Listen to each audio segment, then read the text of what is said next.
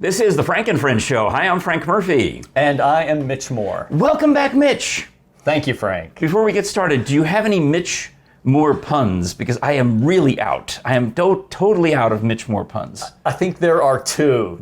I've used them. I think you've used them both. I tried to do a Michigan reference because I had just been to Michigan. Right. So I put Mitch again, and I even did the lettering in blue and gold Michigan colors. Right.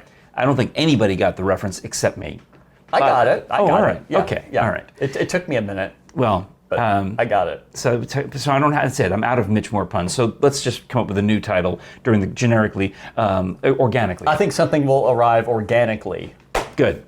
All right. Well, we hope you will organically subscribe to this YouTube channel. I was at the Apple store and buying some hardware, and I got two guys there who both had their own YouTube channels. And right in front of them, I subscribed to their channel and said, come on. They both worked there at the store. One of them does reaction videos, and one of them, I forget what he told me he did because I haven't seen him post yet, but I'm waiting. And they both subscribed, and we went up by 2. So thank you, guys. What kind of reaction? I love those, by the way. Well, he just posted one like today that I haven't watched yet. So Duran, I'm talking to you, Duran. That's when I'm recording this now. I'll have to check it out. But it's like, I guess he's watching a show or watching a commercial or something.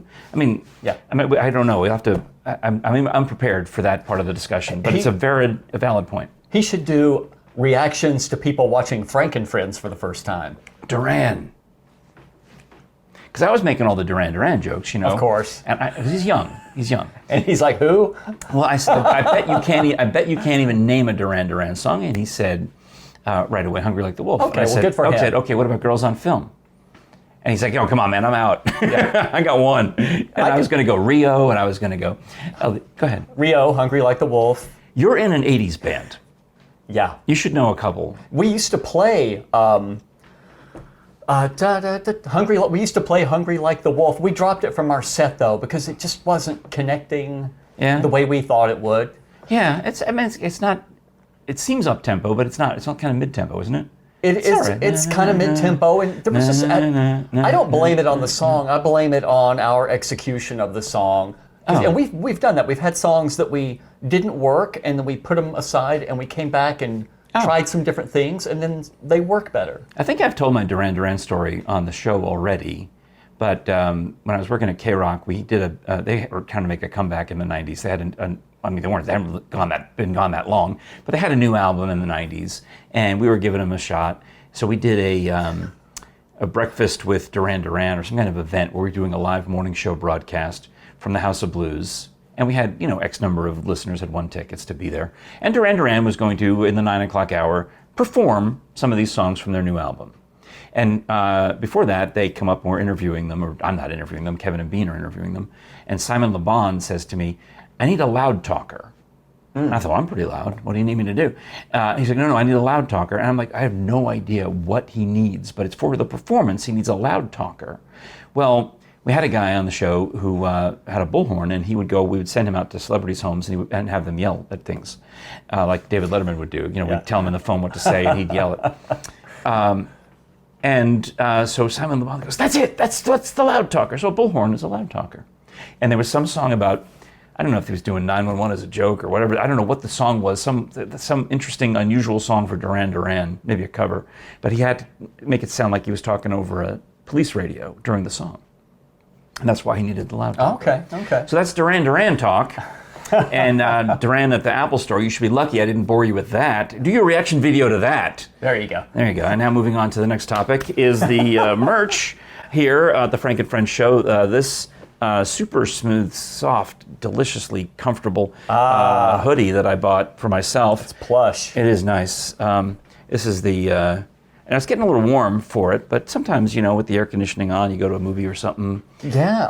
Any time, and especially in the summer in the South, I take a layer everywhere. Oh, really? Restaurants, movie theaters, because the air conditioning, I'm cold-natured anyway, but air conditioning just kills me. So that makes sense. Middle of July, I'm wearing a layer. Yeah, I mean, yesterday I had the air conditioning off most of the day, but when my wife got home from work, she went, it came on, and I came in the house, I guess she was upstairs. I came in the house and the downstairs was so cold. relative to being outside working in the garden, you know? So yeah, I could have used a hoodie. And of course the beach towel, AKA pool towel, AKA mountain towel. I'm not going to unfold the whole thing. You know what it looks like. Okay, you can get that at frankandfriendsshow.com/store. Do I what? I'm sorry. Do you buy these in bulk, or do you order them as people request them? And you could do this for your band, which is called Vinyl Tap. There are several merch companies that are on-demand printing. Okay. So I think that hoodie I picked up in that color might be the only one in its existence. As far as the towel goes, I know there's at least 4 because I bought 2 for myself, and I bought 2 and sent them to my sisters as gifts. So I don't know if anybody else has bought a towel, but you know, there's obviously 2 pint glasses that exist. But Tanya Cinnamon, you remember her, the photographer at Side Splitters, and she takes pictures of all the comedians. I never went to Side Splitters. Oh, Tanya. Sorry, I'm sorry, Tanya. But Tanya bought a pint glass. Tanya. I love the pint glasses.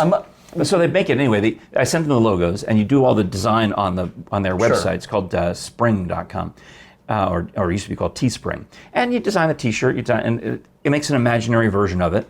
And if someone buys it, they print it, and it comes out looking, I say, exactly like the predicted photo. Well, that stuff looks good, and by next winter, I'm gonna get the hoodie. Oh, good. It really is really soft. I think it's really warm and that is the high. There's multiple hoodies on there, so I went with the more expensive one that it's like a couple of dollars more, but it was worth it because I know it was softer than the standard, the deluxe. It's because you're a class act, Frank. Class act. Everything's classy about this guy. We got T-shirts too. If you wear those, I wear T-shirts, but never when anyone can see me. So that it's pointless for me to get a Frank and Friends Show T-shirt because I'll never wear it in public. I would only wear it at home. In fact, this shirt, I'm a little excited about it because I found it in the back of the closet, and I can't wear it standing up. But with the table behind me, I can put it back in the rotation because it's been a few years since I've been able to squeeze into this one. So you can only wear this shirt if you're going to be sitting at a table. Yeah. Well. As long as I don't get up. I guess if I were to get up, I'd have to take off the shirt, but that would make it worse, because then I can't win, really. It's just such a narrow situation that you can wear this shirt. Well, it's when you get into TV mindset, there's certain things you can get away with behind the podium and behind the desk. John Becker from Channel 10 wears shorts and doesn't tuck in his dress shirt. Oh. And he taught me this. He says you do a pull down when you sit, and so I do that on the Scholars Bowl. In fact, I know I promised we were talking about your topic first, but this accidentally gotten into one of the things I was going to bring up later. Okay, yeah. Inadvertently, accidentally gotten into one of the things. I guess it's in my subconscious. We're there now. We're there. So it's a show and tell item, and I wonder if you have any guess as to any estimate if you've seen these before, or you can identify them in any way. And it says on here the brand name is Stay Gent. Okay. So what do you think these are? Well, the obvious guess would be suspenders of some sort. Yeah. Is that incomplete or is that wrong? Well, they do look exactly like suspenders. Almost exactly like suspenders, but where I guess you would. What? I'm not sure. Where how would that you put them? Or you could put them under your arm. I don't know. Yeah. I don't know. What are they? They're called shirt garters. Oh, and they keep your shirt tucked. The same concept I was just doing. Yes. I was reading doing one of the not the gospel. The priest reads the gospel. I was doing the first reading, second reading at church recently, and before Mass begins, I duck into the bathroom in the sacristy, and I'm tucking in, because for that you have to tuck in your shirt. I can't get away with, like on TV, leaving it tucked out and pulling it right before I walk up to the ambo. Right. So I'm all tucked in. I'm making sure everything's right, and I'm kind of a little uncomfortable because I've got to cinch the belt and tuck in the shirt. And I open the door, and there's a guy waiting to come in the bathroom, and I said to him, "Oh, just making sure I'm all tucked." And he says to me, "Oh, well, have you thought about shirt garters?" And I'm like, "What?" He says, "Well, yeah, I think he's in the Army." Anyway, he's in some branch of military, and he says he's in the honor guard. Okay. He says what we do is we get these shirt garters that they clip to the bottom of your shirt here Okay. Yeah, I'm trying to visualize where the other strap. to the top of your socks. So this runs along the side of Wow. your leg. Oh my gosh. And it pulls your socks up and your shirt down. And my wife, she thought it was some kind of, torture device, like, like a cincture that you would wear. In fact, there is a version of it you can wear with shorts, where instead of connecting to your sock, it wraps around your thigh. But that looked really, I wasn't ready for that. That looks like a torture device. These, with long pants, you can, it does work. I've tried it a couple of times. It takes a lot of getting used to. It's a little uncomfortable. But if you're a military honor guard guy, you don't care about being uncomfortable. You're used to that. Yeah, your whole life is uncomfortable, but you have to look exactly perfectly right like all the other guys in the honor guard. And it seems like that would compress your spine, or is it, or like, well, I'm 2 inches shorter thanks to shirt. I am too short for these. These are probably, I wish I didn't know if they come in sizes, but I've got them to the shortest length possible. Okay. And I am still too short, or I've got to get shorter socks. So it's not, you're not feeling like lots of tension. Well, I feel like I should get more tension. Because my socks maybe are too high. I might try it with shorter socks to get a little more pull. And then depending on where on the shirt you clip it, if you clip it to a part of the shirt that's too low, then there's no pressure at all. You've got to clip it up to the part of the shirt where it rides high. Right. So let's take trial and error. Yes, I've worn it maybe 3 times so far. It's a process. Wore it to a funeral. Wore it to do a TV interview the other night, and then right as we sit down and start the interview, I feel one of them pop. I'm like, came undone. Right in the middle of a funeral. Ah! Yeah. But it was on the side that was off camera, and I'm like, well, I'm not going to stand up. I'm behind a table. I'll be good. Frank's wearing shirt garters, and no one else knows. On that show, when you see me interview Melanie Dodson, yes, I was wearing shirt garters, but I'm not wearing them now. So anyway, that's the shirt garter story. I might wear them. We've got to go to a family event. It's for our case, it's a First Communion. We're going to that, but it's going to be. It won't be long because now that we went to Artie's First Communion, we got to go to Timmy's, and then in 2 years it'll be Charlie's, and then Lucy's, and then Gracie's, and then by then they'll have kids. Well, no, graduations are going to be next because we. Oh, okay. That's going to be the next thing. Don't get me going on graduation. Oh, you. Okay, here I have a beef, an issue with the way we treat graduations now. Okay. Because it's that time. I've been noticing it popping up a lot on social media lately. Yeah. People are posting. In the South, if you're watching this in the North, this may make no sense to you, but in the South, May is graduation month. It's graduation month. Nobody goes to school in June around here. They're all done by Memorial Day. Right. Yeah. So I think as a society we're starting to make graduation too big a deal. Now I'm all for, okay. Here are my parameters, Frank. If your kid's graduating from college, yeah, that's a big deal. High school, big deal. My mom even came to all the way to St. Louis to see my son graduate from college, and I think she came to one of the kids' graduations here in high school in Knoxville. So yeah, that even for a grandparent, high school and college graduation is pretty significant. But here's the thing: when you get into a gray area, middle school, junior high graduation. What are you really graduating from? Right, but here's where I draw the line. Kindergarten graduation, kid's been there 1 year. Preschool graduation, kid doesn't know what's going on. They're not even there a full day. And they get a cap and gown. Where is this going to eventually? Childbirth is just going to be uterine graduation. I'm telling you, that's what's going to happen. We won't have, it'll be uterine, kid comes out. Instead of a onesie? There's a crocheted cap and gown. You move the umbilical cord from one side to the other. I'm telling you, this is what's going to happen within the next 10 years. It's the path we're on.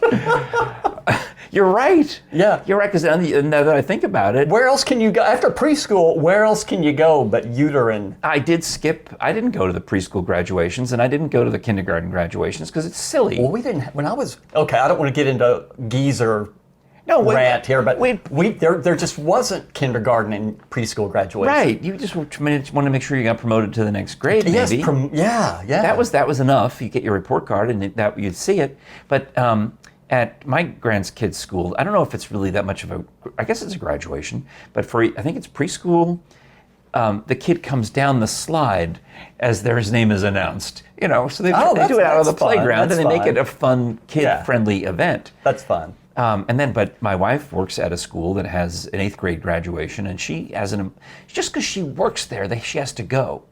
Yeah. So I remember this from last year because it was streamed on YouTube and I watched. So all the staff and faculty have to process in.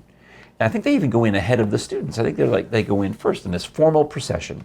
And my wife, wisely, or maybe they put her in the front of the line because she seemed to be the only one who understood the rules. She had it down. She knew exactly where she was supposed to go and when she was supposed to turn. And all the other ones weren't listening at the meeting. So we'll just let Jerry go first and we'll all follow her. Yeah. So they go regally processing down the center aisle of the church, and the children are coming. And then they split off, and they come out to the side, and they go up the side aisle and go out to their cars and come home. She was, 5 minutes. She had to process in and leave, but it was required for work that she had to be there. Right. Yeah. Is process a real word? Or is that one of those words that we have made, like surveil is not a word, but it's become a verb. Right. It's become, we've turned a noun into a verb. There's a lot of those that really irritate me. Is process one of those where it's not really a verb, but we've made it a verb? Well, let's see, because it's a process. Or it's a procession, but can you process? I know you can process something, but can you process? This is the English language is the Borg. It absorbs and assimilates every other language and every other word and every other misuse of words. So the answer in the future is, of course it's a word. Yeah. The question is, as of now, is it a word? I don't know. An acceptable word. It's all, the language is always, language is so fascinating. It's always evolving. I get irritated by commercials, national commercials that we see in the South for dads and grads. Okay. But then I had to think about it, because I grew up in the North, and dads and grads made total sense. I've never heard, what is this? I've never heard of dads and grads. It's a sale. Oh, they come on for the dads and grads sale. They're selling barbecue grills and whatever graduates want. Because Father's Day and graduation. Okay, I've never heard of this combination. You're from the South more, right? Yeah, I've never lived. So it just flies by you. Yes. It sticks in my craw because growing up in the Northeast, I'm a Yankee. Dads and grads made total sense because graduations often fell on Father's Day weekend. Precisely, it's like the graduation on Saturday, Father's Day on Sunday. Those were practically linked. And then I've been in the South for 20 years, and I started to think, well, this is stupid. Why would they not have regional commercials? Because our graduations down here are on Mother's Day weekend. Yes. It should be moms and grads. Or we need a word that rhymes with moms. Moms and groms. I don't know what I don't have a word for that. Although the English language will assimilate it eventually if we say it often enough. That's okay. I've actually been thinking about that for the past minute, and I haven't come up with a rhyme. So then I got a wake-up call a year ago. I was doing some fill-in work on a radio station in Lake George, New York, and I don't have to go there. I just would dial in, and just for 6 months I was the fill-in afternoon DJ on the same company that I work for in Knoxville owns a station in Lake George, New York. So I got to be on in this beautiful vacation hamlet of Lake George, north of Albany, which is where I was born. I'm in Albany. So it's kind of interesting to me. It's a place my parents might have gone, and places and things I'm talking about, saying things, towns and names that are deep in the recesses of my family tree that I wouldn't have thought about. Well, then it gets into the dads and grads. I'm like, and there it makes sense. Because I'm talking about the high school graduation for Lake George High School, or for whatever the other one was, Glen Falls. And it's all Father's Day weekend. So I guess they still do that in the North, and I don't know why. Why do we start school so early down here in August? Everything's based around agriculture, and historically. I thought it was football. Well, football and agriculture. Agriculture makes more sense. That's why we have daylight saving time because of agriculture. Oh, I interviewed Colleen Cruz on TV the other day, and she's like, cows don't like daylight saving time. No. Cows are totally opposed to it. Yeah. and it's, we've had the daylight saving discussion. I mentioned it, and you were excited because I'm one of those. Because you're one of those. We're some of those people. Well, I'm also one of those people who will be very clear to say bonezones.com. Don't forget the S. Don't forget the S. S. It's the opposite of daylight saving time. Forget the S. Yes, and Groundhog Day, not Groundhog's Day. yes. That's another one. These are great. I love it. We could do a whole show on this. We can get into apostrophes if you'd like. Oh, yeah, that would. And why? I'll mention that afterward. But right now, bonezones.com, don't forget the S, is where you get official Dr. Bill Bass merchandise, whether you want the clothing, you want the shirts, you want the hats. This has got his signature imprinted on there. But if you were to buy one of the books from Bone Zones, those are actually signed in actual pen by Dr. Bass. This is cool. I think on one of the episodes, was it one of the ones you were on? I dropped in the picture of the resin skulls that he had signed You did, at and Panera Bread. I got to hold a resin skull. You've got the resin skulls are the ones that look lifelike, and they're much lighter weight. This one, I don't know what it's made out of. Lead. Yeah, it's a paperweight. Yeah. This one's a paper. I'm sorry, I should have probably opened. I love Jerry Seinfeld's old bit about paperweights. What is it? He goes, remind me. Why do we have paperweights? Are people doing work in the back of a truck? Documents are flying everywhere. You have to have the paperweight. What is going on? Actually, that's not far from the truth, because out in the old days, air conditioning was rare, and if you were up on a skyscraper in New York especially, they would open the windows, but the wind up there is significantly you need greater. a paperweight. We don't need paperweights now. Wow, we are just reinventing the world over here today. This is cool. I like that. That's a good one. And he signed that one in ink, Sharpie, across the supraorbital ridge, cool as stuff. he does with a lot of these items. So bonezones.com, don't forget the S. And you can also use that website to hire me to come and speak to your group party, more likely like a book club or something, because we'll go and we'll talk about these different Jefferson Bass books. First communions. Theoretically, I wouldn't recommend the decomposition talk at that particular family function. Yeah. But bonezones.com. Don't forget my the S. grandpa. Yeah. Why is he doing this? Well, in my family, I am that guy. I'm that grandpa. That when the kids want to talk about death, they go talk to grandpa. I remember when Artie was younger, he was going through my mother's old wedding album, and he just wanted to know who was dead. And of course, pretty much everybody, most of these people are dead. But what about her? Oh yeah, she's dead. I love this kid. I haven't even met him, but from he's a lot like me. It's a black and white. I guess they had color photography when my parents were married, but they chose the classy black and white, on the big thick pages. And it's a beautiful wedding album, and it's all crisp photography. Everybody looks so good in black and white in there. But there's a lot of old people, and it's before I was born. I just love that this kid wants to know who's dead. Oh yeah. Okay, I got to pull it together. I mean, it would have saved time to go through who's alive. my gosh. Because really, at that point, very few of the people. My mother was still alive, but very few others in that. I'm literally crying. In that situation. All right. Oh, what did I say I was going to talk about a second ago? Oh, was it the apostrophes? Oh, yeah. I can't stand. I got a new computer, and I also noticed that I use a lot of Google Docs, and on my iPhone, actually, it's more the Apple products.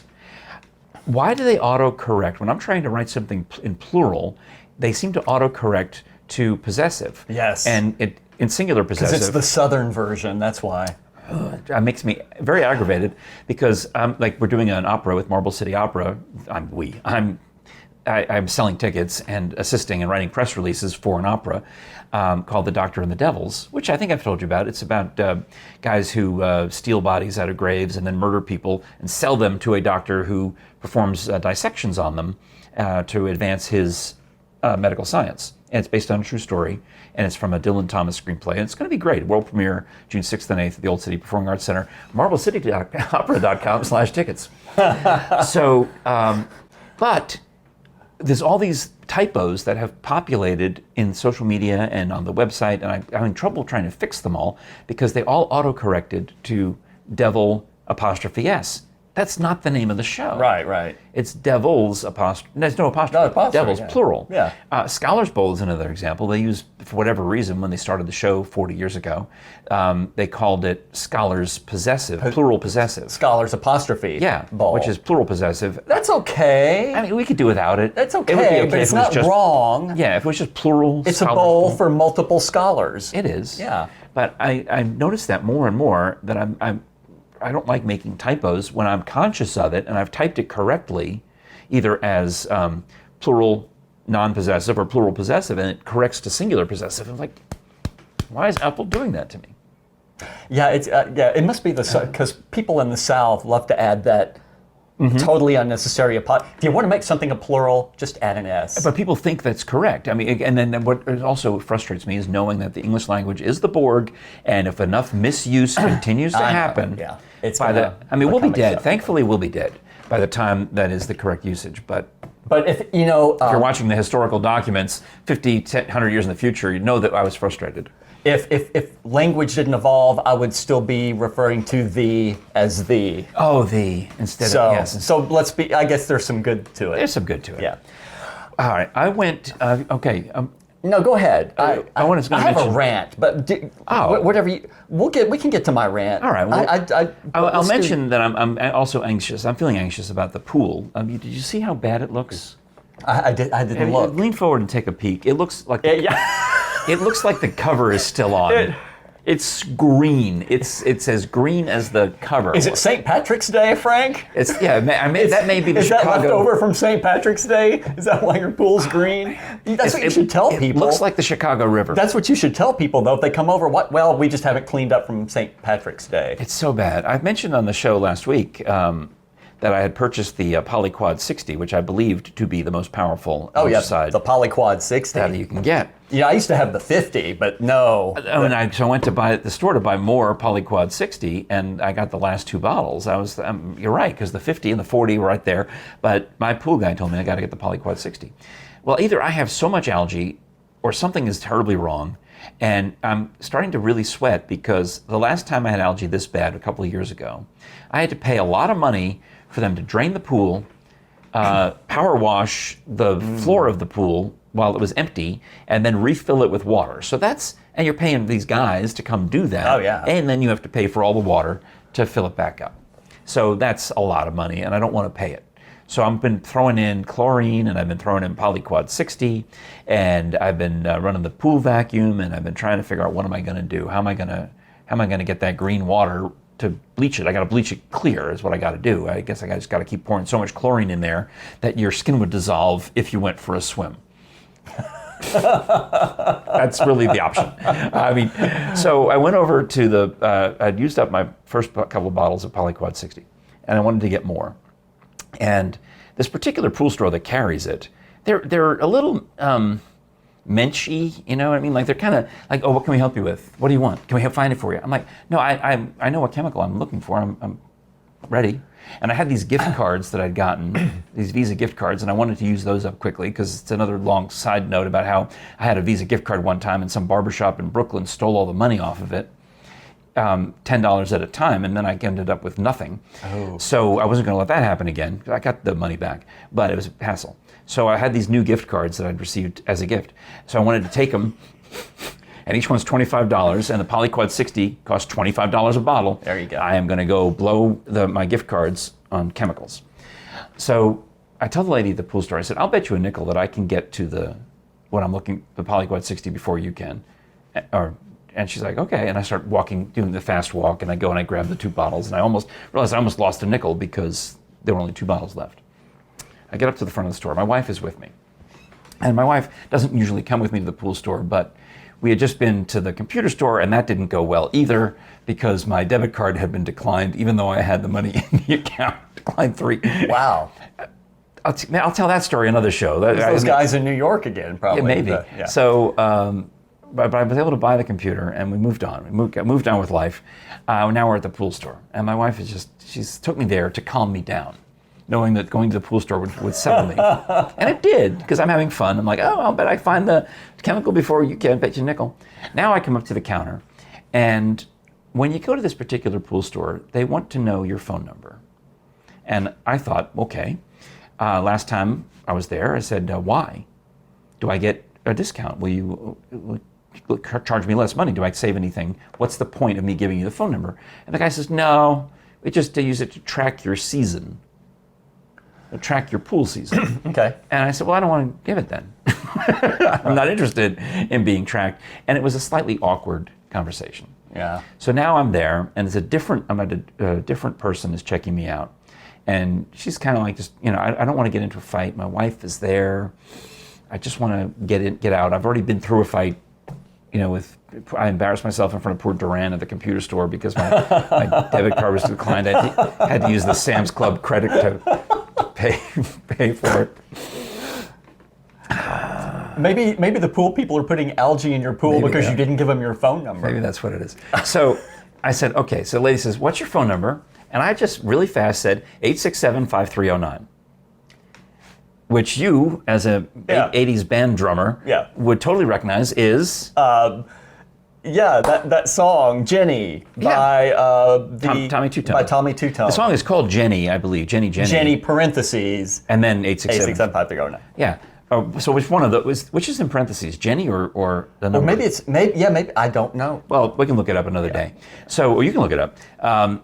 So anyway, I just say that's my phone number. I say to the lady, 867-5309, and my wife goes, oh. And I'm thinking, don't blow it. I'm playing it off as if it's a real phone number. Don't give it away. I'm looking at her like, And because I've heard this, I didn't make this up. I've heard of people doing that when you go to a supermarket and you don't have the loyalty card. Yeah. You just put in 867-5309 because guaranteed some goob somewhere has already thought this was hilarious. Yeah. Now granted, they'll get the points, but you get the discount. So I just say it, and my wife is about to blow at the whole thing, and the lady says, okay, Jeff. Jeff, yeah. Hands me the receipt. Yeah. And the guy's name is like, I don't know, but not Jeff McClintock, because that was a movie, but something similar to that. Right. Jeff McCormick, Jeff McSomething. Yeah. And his name and his address are on the receipt. And it says, 2 bottles of the strongest possible algicide you can get. $50 paid with these Visa gift cards, which thankfully had all the money on them. And I walk out the door, and I'm now at this point, everything has been erased because I've gotten away with it. I've gotten away with this, and my wife is like, "What? Hey, what?" And I said, "People do this. Guys think this way. That I guarantee you. I didn't even give her an area code. She put in what? Yeah, that's so funny. She put it in as a local number. So thank you, Jeff. But now they think poor Jeff has got an allergy problem, so they're going to be after him. He's going to get coupons, and everything in his Facebook feed is going to be pool products, and you've ruined this man's life. By the way, Google has it as 8675. Well, what is it? It's 8675-309 / Jenny. But in reality, it's one of them is in parentheses. Well, nothing. What did they change it? No, it's everything I'm seeing. Okay, now here. No, here it says Jenny parentheses phone number. Phone number. I bet you can find it. All right.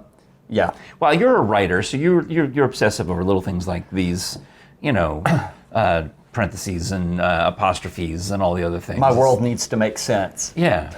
Okay. And this is sort of plays into my rant. I'm watching the movie Twister the other day. Recently? Did that come out like 30 years ago? 97, so 27 years ago. Sure. And we've all seen Twister. The tornadoes and Helen Hunt. I saw it as a preview. I went to the Warner Brothers studio lot and we watched it in the fancy screening room at Warner Brothers with a handful of other people. I don't think I've ever seen it again. I liked it, but I don't recall ever seeing it. Well, every time it comes on, if I'm scrolling through channels, surfing, and I have to watch at least part of Twister. It's amusing, yeah. But I noticed something for the first, in all the times I've seen Twister, I noticed something for the first time the other day. Okay, Carrie Elwes from Princess Bride plays the villain. He's the bad guy in the movie. They're all weathermen, right? They're all meteorologists. Yeah, they're all into weather. He plays the villain, and the more I'm thinking about it, I'm thinking, this guy, I don't remember the character's name, probably the lamest movie villain ever. Because first of all, he's a meteorologist. That's really sinister. And they built a machine that will get sucked up into the tornado, like a Dorothy or something. What did the guy do? Okay, he drives a black SUV. Okay, to show he's a villain? So that he's the villain. He's in it for the glory, not the science. Okay. Okay. He doesn't help out Helen Hunt and Bill Paxton when they need help. But does this really make him, do you remember how he dies in the movie? I was thinking about Bill Paxton being dead. But no. But so Carrie always dies in the movie. Yeah, he dies. So So he's such a bad villain. Here's how he dies. Okay. A radio tower flies through the air and impales him in the front seat of his SUV. Then the SUV gets sucked up into a tornado, dashed to the ground in a fireball. The guy was a weatherman. He wasn't that bad. And the crowd is cheering. James Bond villains don't die this horrifically. But no, this weatherman with an attitude, we have to just smear him all over the county. I just that never made I never looked at it that way. As a writer, you're thinking this is extreme. It never occurred to me how what a lame villain he is, and now his death was so disproportionately horrible. Was it? I mean, it sounds like a theme park ride. Okay, I'm screaming. You know, it sounds like one of those movies where it's 3D. You go to a theme park and they show you a scene from a movie, right, and everything's going at you, and they're spraying water in your face, and the chairs are moving, so right, you're getting sucked up, with the SUV into the twister. Okay. They should make a 3D. They may have. Yeah, I don't remember if they did or not. But come on, the guy, he was a jerk. He was not helpful. He was a little selfish, but it's not like he was Goldfinger. How did Goldfinger die? I don't know, but I guarantee you he didn't get impaled, sucked into a tornado, and exploded. The guy who played Goldfinger, wasn't he the same guy who played Baron von Bombburst in Chitty Chitty Bang Bang, which was also written by Ian Fleming? I've seen both, but I don't remember well enough. I'll take your word for it. Maybe it's Blofeld. It's one of those guys. Anyway, the guy who played Baron von Bombburst in Chitty Chitty Bang Bang, you're my little choochie fish. He is a James Bond villain, and I think that's cool. Yeah. Anyway. Well, okay. Yeah. He plays the whole spectrum. All right. Well, we'll wrap it up. I'll tell you what. Go back to Duran at the Apple Store for a minute, because I did allude to it. I was going to save it for another show, but now I've got to get it out of my head because in my mind I've already told the story, and I'll forget. We go to the store, and I need this computer, and I've transferred money into my business account. I have a business banking account for this Frank and Friends show because for accounting purposes, right? I can just say, look, here's the business. These are actual business expenses. I'm buying this for work. I can write this off on the taxes, or at least put a sort of try to defray the massive tax bill slightly. Yeah. So I made all the plans, and I even waited. I had gotten a note from the bank, a small bank, local bank, saying that, you can't use your debit card this weekend for large purchases because we're doing maintenance. And that was 2 weeks ago, so I waited 2 weeks after that. Money's been sitting in the bank. I made actual 15 cents of interest on this money, which is kind of a lot in bank, nowadays. Yeah, it is. It is. So I thought, that's all right. I don't mind. 15 cents is 15 cents. And I go and I pull out my card and I'm ready to charge it. And I can see on the app that I've got more than enough money to cover the cost of the computer. I know exactly what's going on, and everything's fine. It declined, and then helpful Duran says, "Well, you're probably about to get a text from your bank asking if this is legit or a fraud." And nothing comes, and I open up the app to see if I came as a message inside the app, and he can even see the balance on the app is clear. And then, ding, I get a text. It's from the bank. "Are you at the Apple Store? Did you make this purchase? Reply yes or no." So I reply yes. That should do it, right? I should be fine, right? So Duran runs the card again. It's declined again. Like, now what? So then he says, maybe if you call the 866 toll-free number, it came in the text message that they sent you. Yeah. So I call that.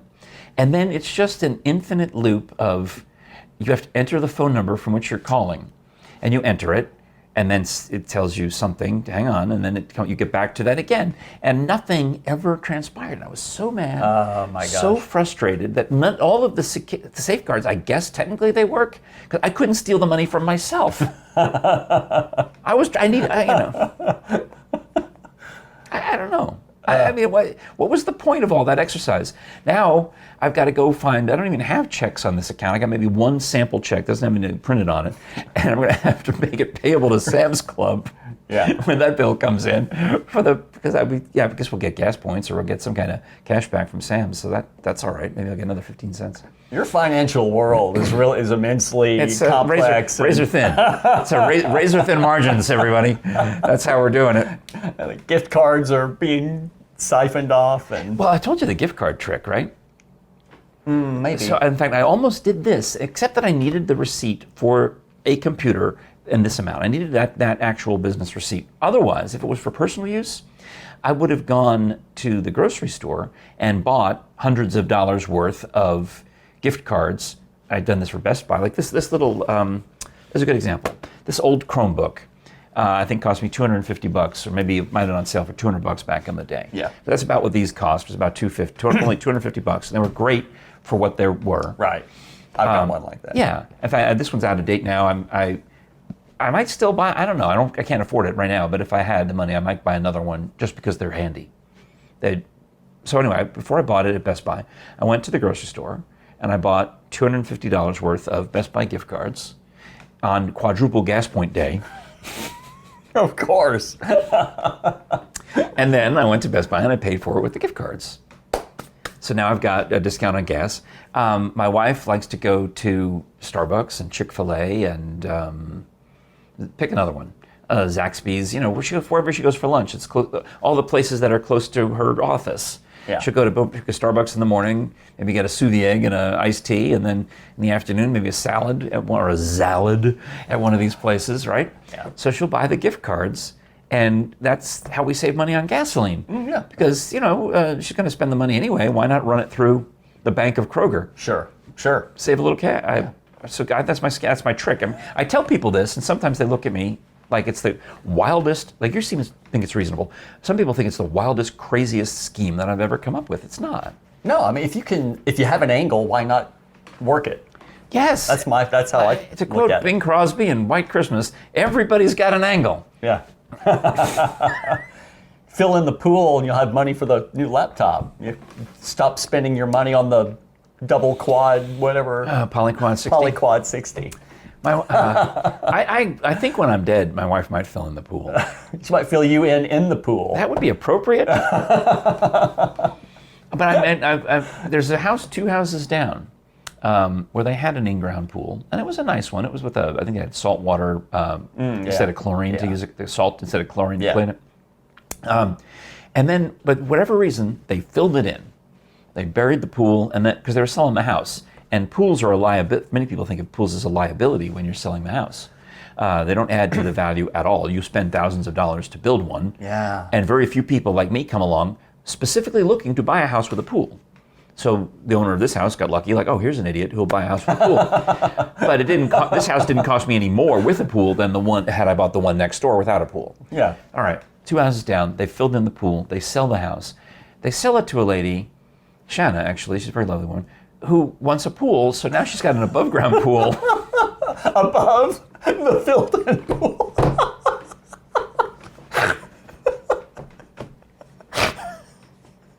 Okay. And it's not just a cheap above-ground pool. She got one of the nicer ones, with like a deck around it. So from the top, it kind of looks like an in-ground pool. It's kind of disguised, but it's technically an above-ground pool sitting on top of dirt, which is sitting on top of an in-ground pool. I know. Okay, you gotta stop there. They can't top that. We're not gonna get any better than that. Please do subscribe on YouTube to the Frank and Friends Show. We're also on the audio podcast apps. And if you really enjoy audio entertainment, you can find this show on Audible.com. And if you go to audibletrial.com/Frank and Friends Show, you can not only hear us, you can get a free 30-day premium membership just by signing up there, and we get a few cents off of that. Remember, we got razor thin margins, so even if you try it out for 30 days, you're still helping us, and you get all of the benefits of Audible, including a free MP3 download credit. They do that every month for premium members as long as you remain a member, and your first month, the free month, is full membership. You get all the benefits of it, and it'll automatically renew until you decide, I've had enough audio entertainment, I can't listen to another audiobook in my life. Which, I mean, it's unlikely because there's always going to be a new one. There's always going to be a new one. Once if you're in that habit of saving time and listening, like while I'm cleaning the pool or while I'm driving or whatever I'm doing, it's a great value for you. Audibletrial.com/Frank and Friends Show. I'll hit the merch one more time.